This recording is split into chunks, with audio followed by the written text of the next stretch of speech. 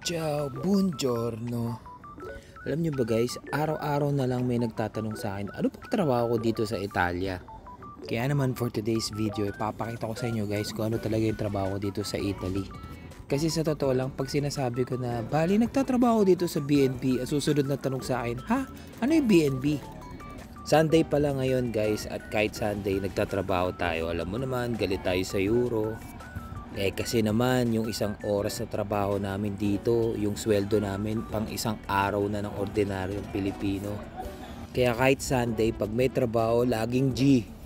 Nasa metro nga pala ako guys, bali sasakay ako ng train. Tapos dito guys, alam mo dapat matibay tuhod mo kasi dito grabe yung mga lakaran dito. Wala naman kasing jeep dito o tricycle man lang na pwedeng sakyan.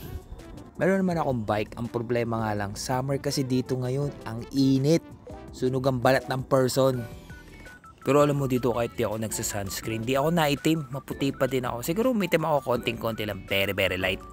Kasi naman dito kahit mainit, para ka lang nasa Baguio. Alam mo yung feeling na summer sa Baguio, yung malamig na mainit. Ewan ko, hindi ko ma-explain. Sa totoo nga lang, ako lang yung nagiginaw minsan dito. Tapos yung mga Italiano, parang init na init pa sila. At dahil nga hindi tayo naitim masyado, ayan, lakad ang person. Dito kasi halos lahat ng tao naglalakad, tapos yung ibang mga nakabike. Kasi priority dito yung mga ganyan. Nandito na pala ako sa BNB o yung apartment na lilinisin ko. Dito guys, di na uso yung nagdadala ng susi kasi halos lahat dito mga naka-passcode na yung mga pintuan. Malapit nga lang pala dito guys yung BNB na papasukan ko ngayon. Mga 10 to 15 minutes lang.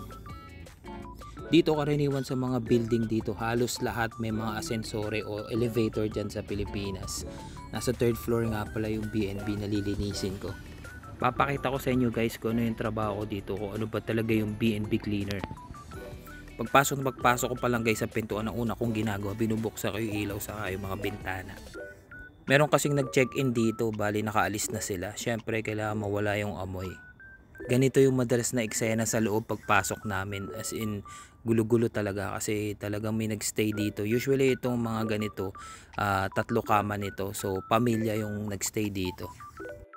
At ang isa sa pinaka mahirap linisin dito, syempre yung CR.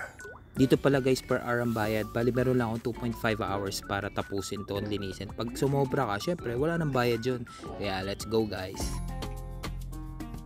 Medyo bibilisan ko pala yung video kasi pagka ito yung normal na video, nako napakatagal nito, halos 2 oras ko itong tatapusin. Bali ang trabaho ko dito, babaklasin yung mga pinaggamitan nila ng mga linen. Tapos papalitan lahat yan ng bago. Bali 3 kama pala ibe-beddings natin for today. Alam nyo ba guys, nung bago pa lang ako dito sa BNB, minsan nagugulat talaga ako kasi ang dami eksena sa kama. As in literal, lahat ng klase ng buhok sa katawan, buhok sa kwan, nandyan lahat, makikita mo talaga. Minsan may mga basa-basa pa ngayon. Ako hindi ko na alam, ayoko naisipin kung ano yun. Kaya importante talaga guys, huwag mong ididikit sa katawan mo yung mga linya na yan, yung mga madudumi na yan. Kasi hindi natin alam, baka mamaya may sakit or may mga skin diseases yung mga gumamit niyan. Saka yung standard sa company namin, gamitin o hindi, pinapalitan talaga namin yung mga beddings talaga. Alam mo ako sa totoong buhay, ganito ako kabilis kumilos. Napakabilis ko talaga matatapos tong trabaho ko. Kapag BNB cleaner ka nga pala guys, all around dyan, as in pati kusina kasama. So ang una kong ginagawa, chinecheck ko muna yung ref. At syempre yun, may paayuda, may pa-burger. Importante nga pala dito guys, gumamit ng gloves. Kaso yung gloves na nadala ko, hindi kasya sa akin. Mali yata yung nadala ko.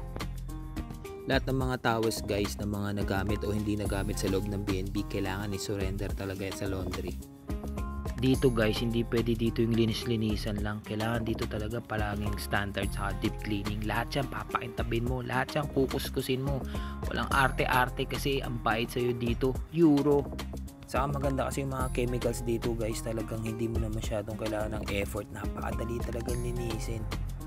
Isa talaga sa challenging sa akin linisin dito, salamin. Napakahirap linisin ng salamin sa totoo lang. Saka meron kasi guys kumukontrol sa amin, yung parang umiikot siya, chinecheck niya yung mga linis namin. Kapag may sablay ka talaga, pababalikin ka talaga. Kaya dito kailangan mo talaga diskarte kasi kailangan mabilis kang kumilos dito guys. Hindi pwede dito yung babagal-bagal ka kasi hindi naman babayaran yung oras mo pagka sumobra ka. Saka syempre kailangan pulido kahit mabilis kang kumilos kasi syempre makikita yan yung mga sablay-sablay mo. At isa pa pala guys, napakahigpit ng basura dito sa Italy. Hiwa-hiwalay talaga dito, bawal dito yung pagsasama-samahin mo, matcha-charge talaga. Yung mga Italiano talaga sobrang disiplinado.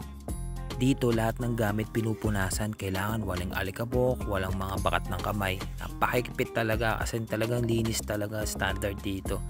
Kailangan lahat pulido. Saka iba-iba yung mga chemicals na ginagamit namin dito. Iba yung pang kusina, iba yung pang CR. Dito pati ref, kailangan lilinisin. Kasi pagpasok ng bagong guest, kailangan sobrang linis talaga. At dahil tapos na tayo maglinis, magbe-beddings na tayo, kailangan natin palitan yung mga cover ng mga kama. Medyo hindi na ako bago sa ganitong trabaho kasi dati nagtrabaho ako sa barko. Ganito rin yung trabaho ko. Naging housekeeping din ako dati. Kaya sisiw lang sa akin yung pagbe-beddings. Pero syempre, iba kasi yung foam dito eh. Yung mga foam dito yung mabibigat, yung may mga parang spring pa. Pero dahil palagi ko naman siyang ginagawa, parang sanay na ako. Para sa akin, pinaka-importante talaga tanggalin mo yung mga alikabok. Kasi guys, kahit ganong kalinis yung B&B, pag nakakita sila ng alikabok, isipin nila hindi nilinis. After ko pala guys malinis lahat, syempre dito na tayo sa pinakababa, sa sahig na tayo. Kailangan i-vacuum mo lahat yan. Pag nag-vacuum ka dito guys, kailangan ultimo mga kasingit-singitan talaga, aabutin mo talaga yan. Pati yung mga kaila-ilaliman na yan sa mga kama, kailangan vacuumin mo yan, susuotin mo talaga yan. At yung pang finale dyan guys, kailangan lalampasuin mo yan after mo vacuumin. Nga pala guys, wag nyo akong gagayahin kasi pag ako nagmamaps, sumasayaw talaga ako kasi pampatanggal pagod din yan eh. At ayun na nga guys, inabot tayo ng 2 oras. Alam ko yung iba dyan sasabihin, ang dali naman ng trabaho. Totoo naman guys, ang dali lang naman talaga maglinis ng mga B&B. Kaso guys, sa isang araw, hindi naman isang B&B lang lilinis mo. Usually yan 2 or 3, minsan 4, 5 pa. Depende sa season ngayon kasi medyo matumal. After nga pala nito guys, meron pa akong opisinang lilinisin. So ganito talaga ang buhay ng mga OFW, oras ang binabayaran. At dito na po natatapos ang ating video guys. Salamat sa panonood. Ciao ciao!